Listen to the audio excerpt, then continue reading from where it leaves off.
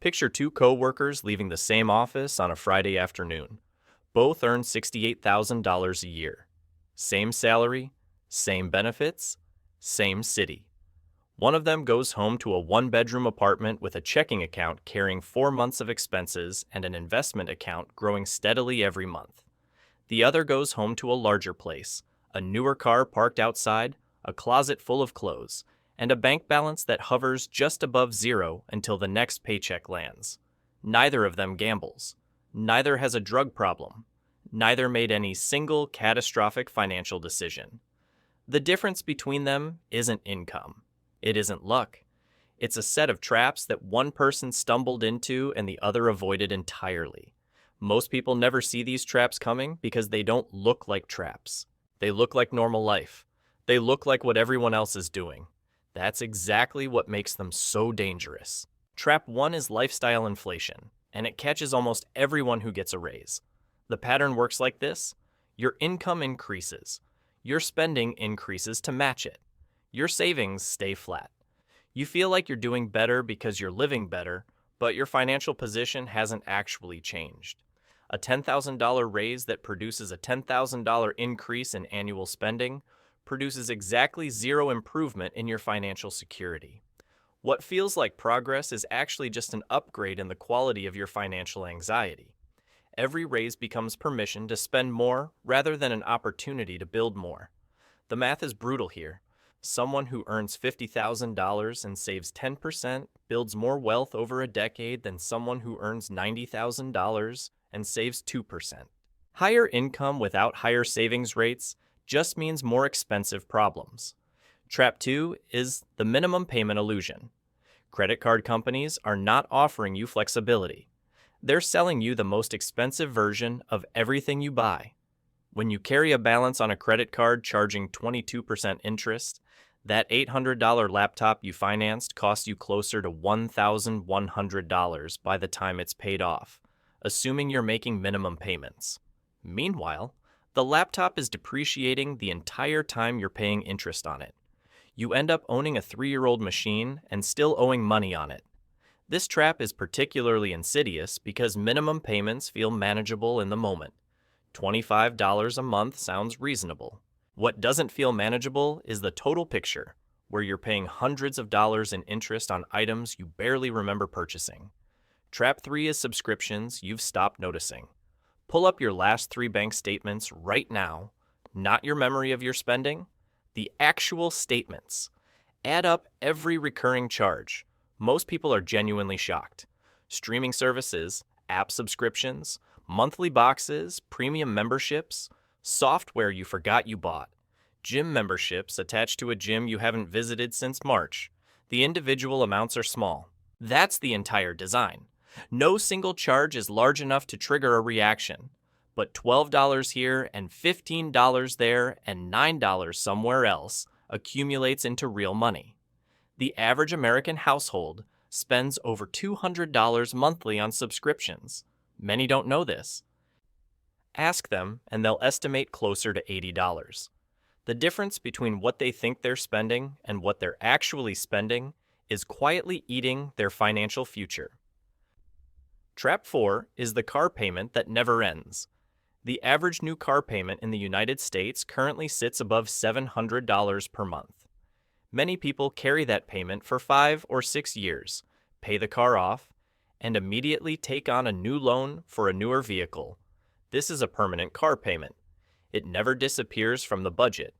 Over a 30-year period, someone who always carries a $700 car payment spends over $250,000 on vehicle financing alone, not counting insurance, maintenance, or depreciation.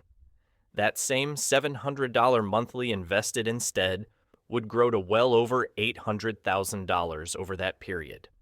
The car isn't just transportation. It's one of the most expensive financial decisions most people make repeatedly without ever questioning whether they're making it correctly. Trap 5 is buying to fill emotional gaps. You're bored, so you browse online stores. You're stressed, so a purchase feels like relief. You're anxious, so buying something new creates a brief sense of control. This pattern is real and well documented. Retail therapy is not a joke. It's a psychological mechanism that consistently produces the wrong financial outcome. The emotional relief from a purchase lasts hours. The credit card bill lasts months. The item itself often ends up unused within a few weeks. Ask yourself honestly whether your last 5 impulse purchases improved your daily life in any measurable way. For most people, the honest answer is no. The purchase solved a feeling, not a problem. Trap 6 is the house that consumes everything. Homeownership is frequently described as building equity and financial stability. What doesn't get mentioned is that the wrong house purchase can eliminate every dollar of financial margin you have. Property taxes increase. Maintenance surprises arrive. Insurance premiums climb. A roof that costs $18,000 to replace doesn't care whether you have $18,000 saved. Buying the maximum house you qualify for leaves no room for any of this. Banks approve you based on what you can technically repay. They are not calculating what leaves you financially healthy. A bank will approve a mortgage that takes 43% of your gross income. That doesn't mean you should take it. Trap 7 is keeping up with people who are also broke. This is perhaps the most invisible trap on the list. Your neighbor's new car, your coworker's vacation photos, the renovation updates appearing in your social feed. These are not benchmarks for your financial decisions. They're snapshots of spending, with no visibility into the debt behind them. The 2025 Goldman Sachs data is worth repeating. 41% of those making $300,000 to $500,000 annually nonetheless survive from one paycheck directly to the next. The people whose lifestyles you might be matching are often themselves one missed paycheck from crisis. You're not competing against people who have money. You're often competing against people who are spending money they don't actually have. That race has no winner. Trap 8 is waiting for the right time to invest. Most people plan to start investing seriously once they earn more, once the debt is cleared, once things settle down. Things don't settle down. Income tends to produce new spending rather than investment capacity if the habit isn't established early. The math on delayed investing is punishing.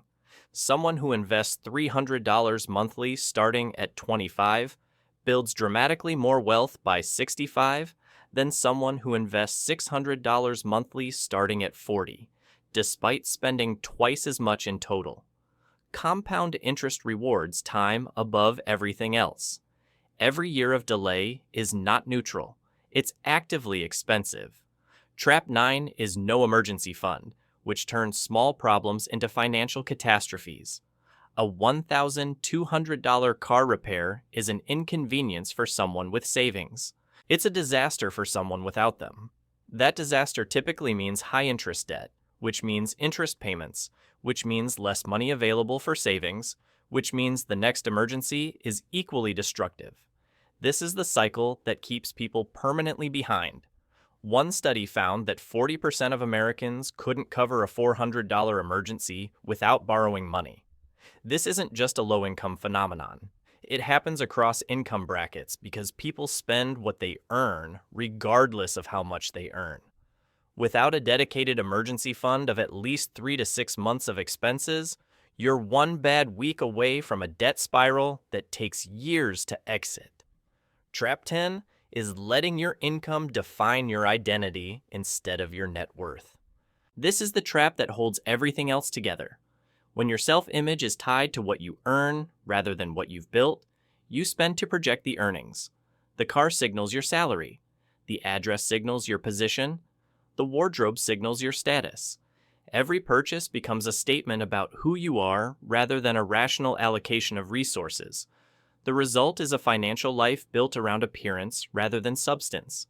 The person earning $95,000 with nothing saved and the person earning $52,000 with 18 months of expenses and a growing investment account are not equally successful, regardless of what their respective lifestyles suggest.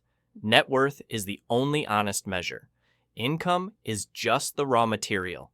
What you do with it determines everything. These traps don't operate in isolation. They compound each other. Lifestyle inflation expands spending across every category. Emotional buying fills the house with subscriptions and clutter and depreciating gadgets. Social comparison drives the car upgrade and the house that stretches the budget. And no emergency fund means that any disruption destroys the fragile balance.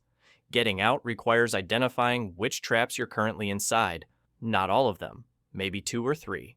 Start there. Calculate your actual savings rate. Pull your actual subscription total. Measure your net worth against your income using the formula from Millionaire Next Door. Multiply your age by your annual income and divide by 10. That's your target. Most people discover they're well below it. That gap is not permanent, but closing it requires seeing the traps clearly first.